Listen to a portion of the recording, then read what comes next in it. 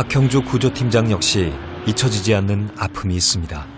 헬기가 여기에 추락을 하고 가로등이 이제 파손이 되니까 저기 그 연기 굴뚝처럼 줄 연기가 계속 나왔죠. 여기가 안경집 있잖아요. 저기까지 이제 파편들이 다 날아가서 유리창 깨지고 그랬었죠. 당시 폭발의 충격은 엄청난 것이었습니다. 3년 전 끔찍했던 사건의 충격은 그의 기억 속에 고스란히 살아있습니다. 2014년 7월 광주 도심 한복판에 소방헬기 한 대가 곤두박질 쳤습니다. 비행탄 5분 만에 발생한 비극적인 사고였습니다.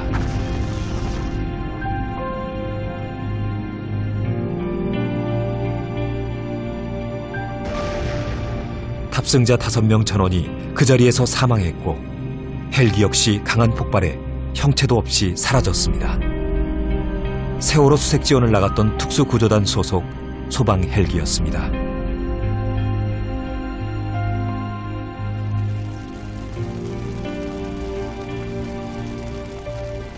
세월호 수색 지원을 다녀오다가 연료 때문에 광주공항에 착륙을 했다. 그리고 35분경에 이륙을 했다. 이게 나온 거예요. 그래서 강원 소방 헬기다 라고까지. 그 소리 듣는 순간 막 진짜 눈물이 막 쏟아지더라고요. 아비규환의 구조 현장. 헬기 잔해 속에 섞여 참혹하게 훼손된 동료의 시신을 직접 수습해야 했던 구조대원들. 심장을 도려내는 듯한 슬픔을 참아야 했습니다.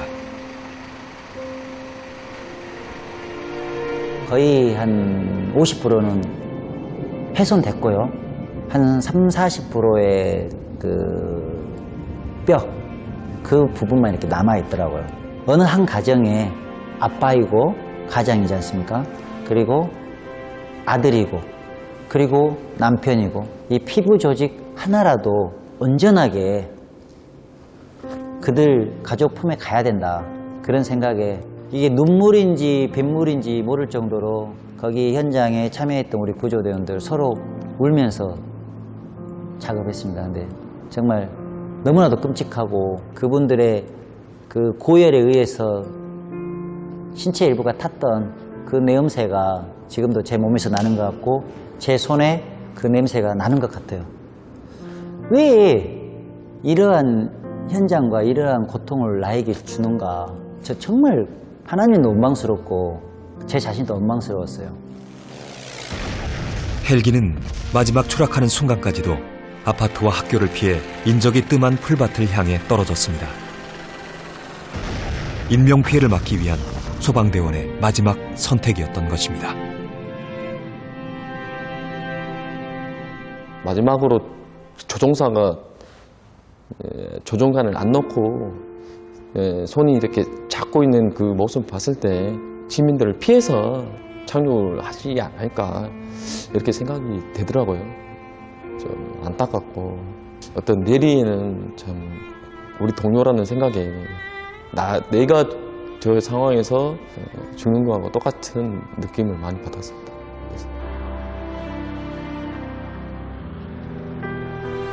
3년이 지난 지금 5명의 대원들은 사람들의 기억 속에서 잊혀져 가고 있습니다.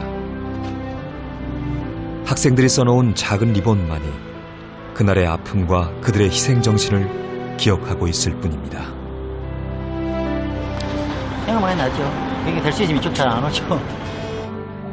작은 기념비 하나 없는 거리, 오늘따라 더 쓸쓸해 보입니다. 하기 싫어. 하고 싶지 않으세요? 왜요? 여기 이제 다 동료들 다 해가 있어요. 다른 건 다 잊어먹어도 여기 현장은 잊어먹을 수가 없죠. 충격이나 우울증 그리고 힘듦 그런 과정이 많은데 그것을 버티면서 생활할 수 있다는 게 제복을 입고 있기 때문에 그리고 이제 소방관이라는 그 직업 소명의식이 아닐까.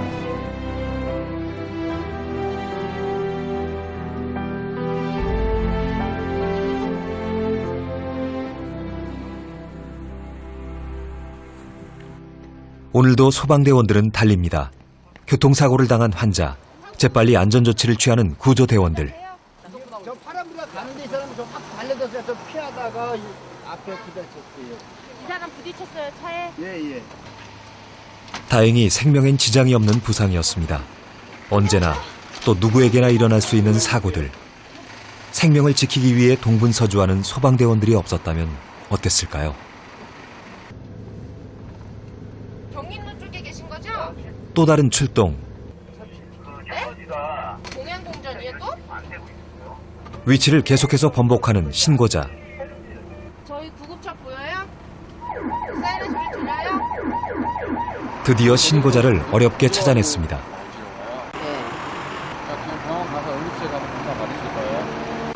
그런데 어지럼증이 심각해 보이질 않습니다.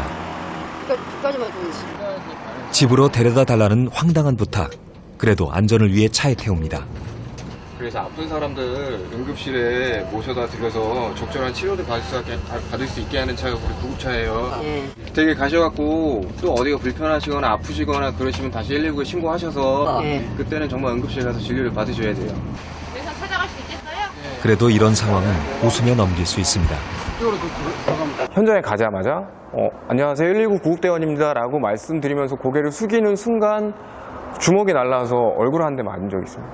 알고 보면 그 저희 대원이 한참 솔직히 인생 선배 이런데도 말 한마디 못하고 아니요 선생님 내가 해주라고 할 때는 안 해주고 해 놈들아 인제 와서 놈들아 그러면 아니 바로 온 거예요. 전화 바로 와 놈들아 여기서 얼마나 시간이 붙은 거 알아? 이들이 뭐 대단하다고 그러냐 그러면서 또 뭐 욕설을 또 하시면서 이런 대우를 받으면서까지 뭐 해야 되나라는 생각을 한 적은 뭐 있죠. 네. 그러니까 환자 상태에 따른 보호자에 의한 폭력 폭언들이 굉장히 많습니다. 마치 화풀이 대상으로 삼듯 폭언과 폭력을 휘두르는 사람들. 매년 구급대원 폭행률이 증가하는 것만으로도 그 심각성을 알 수 있습니다. 구급대원을 폭행할 경우 최대 5년 이하 징역까지 처벌할 수 있지만 대다수 소액 벌금형에 그치고 있는 실정입니다. 폭언이라든지 이제 폭행 그런 데에서 오는 트라우마도 이제 굉장히 클 겁니다. 크고 이제 그런 것들을 술을 먹었다 그래서 이제 이거를 뭐 감형을 해준다든지 그런 부분들이 굉장히 많거든요. 우리나라는 오히려 저는 그런 것들을 가중처벌을 해야 된다고 생각을 하거든요. 아니 그냥 열쇠도 다른 방법은 없어요? 열쇠공이 아니고 구조대원이지 않습니까? 저희가 파견한 게 주거든요. 열쇠를 여는 방법 좀 해주셔야지. 문 부수는 거는 지금 원하지 않으시는 거죠? 문 개방 요구는 구조대원이면 한 번쯤 경험했을 정도로 비일비재합니다. 저희들이 문 개방을 해줄 수 있는 거는 안에 요구자가 있거나 화재 위험성이 있거나 그럴 때는 저희들이 문을 개방해 줘야 됩니다. 근데 저희들이 문 개방할 때는 문을 분해하고 특별한 그런 기술은 특별하게 없습니다. 열쇠 업자처럼. 막상 들어가면은 아무도 없고 그 문 열면은 아무도 없는데 하면은 미안하다 하면서 그러면 열쇠 부르기가 그래가지고 뭐 했다 하고 그럼 막 그 단순히 열쇠집 그 금액 아끼려고. 베란다에서 발생한 화재. 다급히 진화에 나선 소방대원들에게 오히려 집주인이 야단을 칩니다. 먹고 들어가라고. 이건 내가 제대로 올릴 거예요. 이거 불 제대로 난 것도 아닌데 왜 이렇게 광범위하게 너무 과한 액션이잖아 이거는. 왜 엄청 무조건 신발 신고 들어와요? 신발 안 신고 왔어요. 아니 어떤 아저씨는 막 신발 신고 뛰쳐들어오잖아요 지금. 고맙다는 말 대신 돌아온 비난의 목소리. 대원들은 자괴감에 빠질 수밖에 없습니다. 급한 환자라서 현장에 출동을 해가지고 이제 신발을 벗지 않고 그냥 빨리 간 거예요. 다급해서 그랬겠죠. 그리고 이제 환자를 이렇게 처치하고 돌아왔는데 민원이 들어왔대요. 소방관들이 신발 신고 집에 들어오셔가지고 카페트가 더러워졌다는 민원이 들어왔다는 거예요. 구조 과정에서 발생되는 상황들이지만 그 책임은 소방대원들의 몫입니다. 벌집 제거에 나섰다 변상까지 하게 된 윤경석 진압대원. 그래서 이제 올라가서 한 200m 이상, 한 250m 정도. 등산로 같이 막 그렇게 올라가야 돼요. 윤경석 대원은 야산 중턱에 위치한 염소 농장에 벌집 제거 요청이 들어와 출동했습니다. 독성이 강한 장수 말벌을 제거하기 위해 토치를 사용했고 그때 예상치 못한 상황이 발생한 것입니다. 이제 그 벌침법을 딱 입어버리면 안에 막 습기가 잘 안 보여요. 둘 다 입었기 때문에 그 불을 빨리 발견할 수 없었어요. 갑자기 돌풍이 불었고 불은 순식간에 주변 건초더미로 옮겨 붙었습니다. 산중턱이라 소방용수도 준비해 갈 수 없는 상태였습니다. 피해액은 65만 원 정도였습니다. 연락이 왔더라고요. 이렇게 해서 이렇게 농장주께서 와서 개인당 500만 원씩 해서 1000만 원 배상해 주라. 인사상 불이익을 우려해 대출까지 받아 배상을 해준 윤경석 대원. 동료 소방대원들까지 돈을 보탰지만 그는 징계위원회에 회부되었고 결국 경고 처분까지 받았습니다. 거의 뭐 잠을 못 이루고 이제 거의 뭐 알코올로 달러이고 그런 상황이었고 그 참 하루하루 좀 거의 지옥이었죠. 완전히 또 다른 또 출동을 나가야 할 거 아닙니까? 뭐 그런 상황 다녔을 때 얼마나 또 마음에 더 트라우마가 있겠습니까? 소방활동 중에 생긴 과실이라도 소방관이 면책을 받기란 쉽지 않습니다. 일어날 수 있는 일반적인 과실, 즉 경과실입니다. 그 같은 경우에는 면책되는 게 국가 배상법수로 규정은 돼 있긴 하지만은 문제는 면책하기 위해서는 소방관 개인이 소방서도 마찬가지고 경찰서도 가야 되고 법원, 검찰 다 출석해서 저 아닌데요? 저 그렇게 크게 잘못 안 했는데요? 라는 걸 계속 밝히고 소명해야 됩니다. 적법한 공무활동에 대해서는, 소방활동에 대해서는 조직이 지켜준다. 나라는 너를 버리지 않았다. 라는 걸 보여주는 게 제일 중요하고. 수많은 위험 상황에 늘 직면해야 하는 소방대원들. 그러나 그들에게 지급되는 위험수당은 월 6만 원이 전부입니다. 육체적, 정신적 손상을 입더라도 쉽게 도움을 받지 못하는 그들. 특히 외상 후 스트레스 장애와 같은 정신적인 문제는 소방대원 스스로도 마음을 열기가 쉽지 않습니다. 강한 척을 하는지 저희도 이제 한번 감추려고 하는 거죠. 그거를 떠올리지 않게끔 하려고.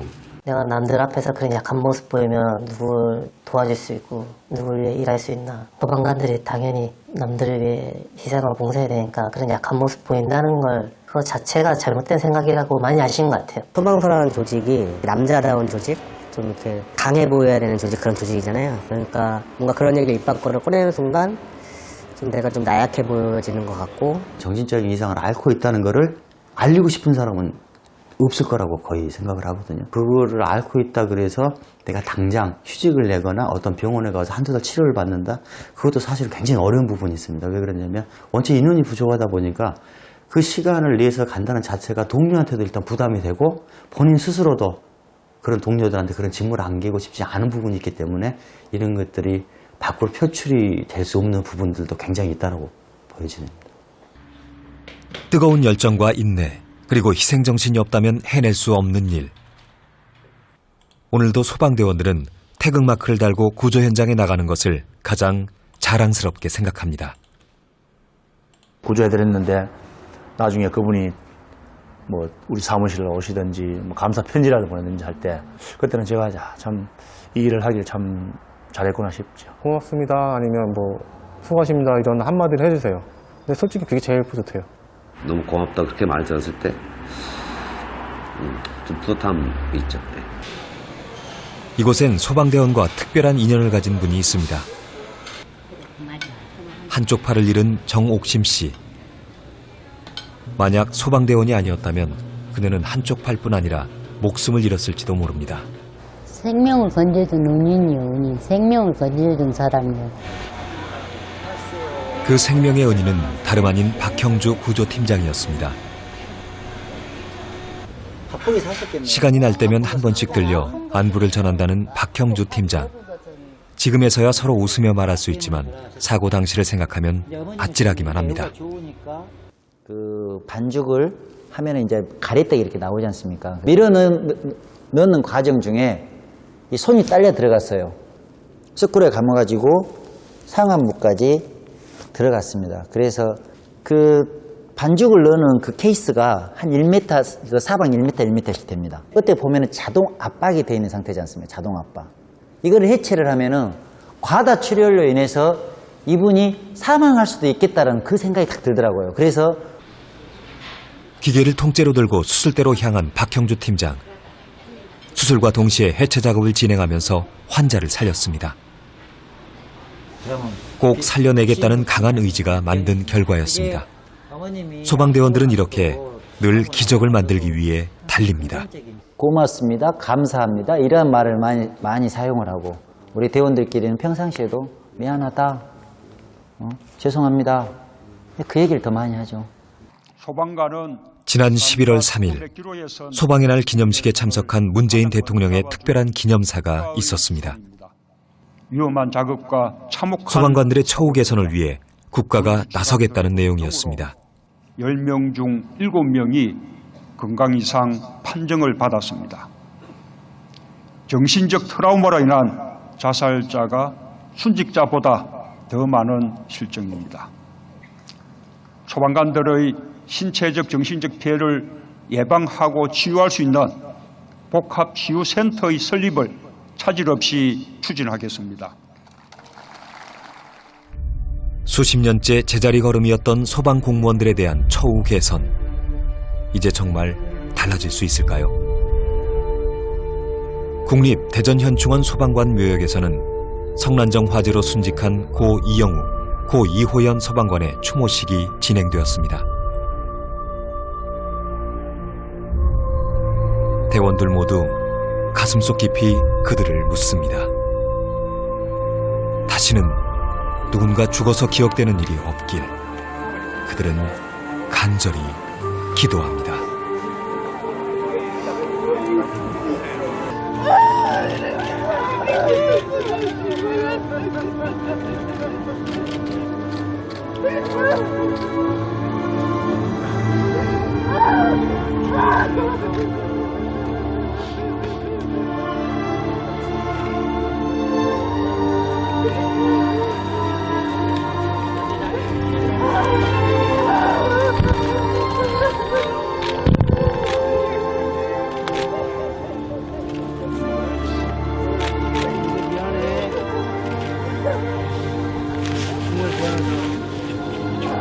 같이 구구 보고 싶다 했는데 네가 같이 오셔서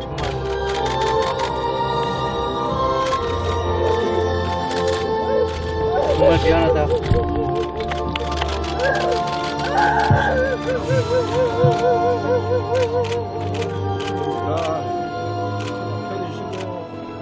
누군가를 위해 고귀한 생명을 바친 위대한 소방관들.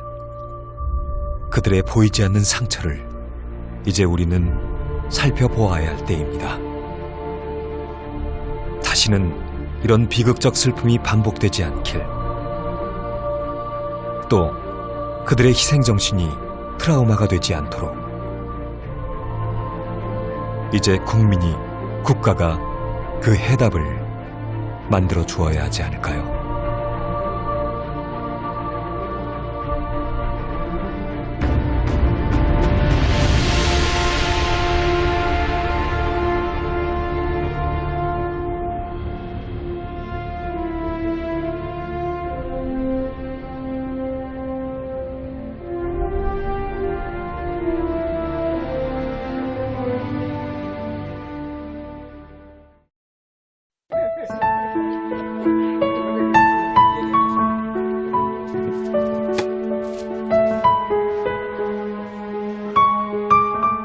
그때 우리 손자가 만 4살이었어요. 그런데 어른보다 더 나온 거예요, 방사능이.